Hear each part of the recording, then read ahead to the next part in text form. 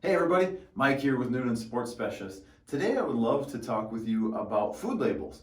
So we have a box of oatmeal here, Quaker oatmeal, and on the side, just like in any packaged food, you're going to find a food label. A really helpful and useful piece of information if you know how to read it or what you're looking for, because there's no question it can be daunting. I can go through this and see a lot of different words, a lot of different numbers, percentages, and sometimes it just doesn't make sense. So what we want to do today is go over 4 things that you can look at when it comes to food labels that are really going to put you in a good spot.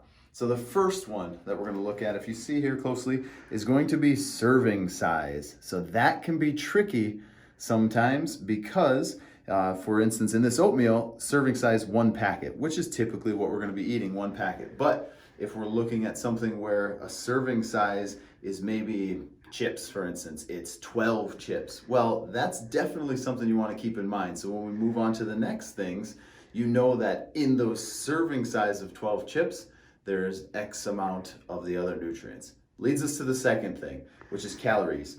The big one here, right? That's the one that most people kind of know and are comfortable with, but it's just important to understand overall how many calories are in a serving of the foods that we're eating, because you've all been there. You've eaten something and then you went to put it in Fitness Pal or you saw it on the menu and you realize, holy cow, that was 500 calories. So it's a really good one just if you're looking for a quick hitter, check out how many calories are on there. The third one we like to go over here at Noonan's is protein, because it's a great nutrient, one of the macronutrients, right? Protein, where we're gonna see it here, down towards the bottom.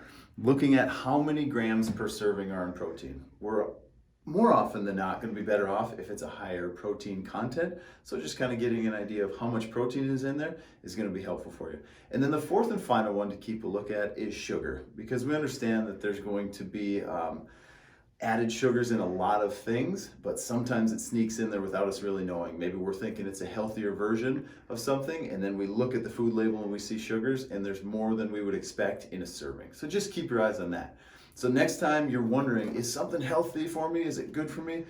Those 4 places, looking at the serving size, looking at the calories, the protein, and the sugars, are a great place to start when it comes to food labels. Thanks.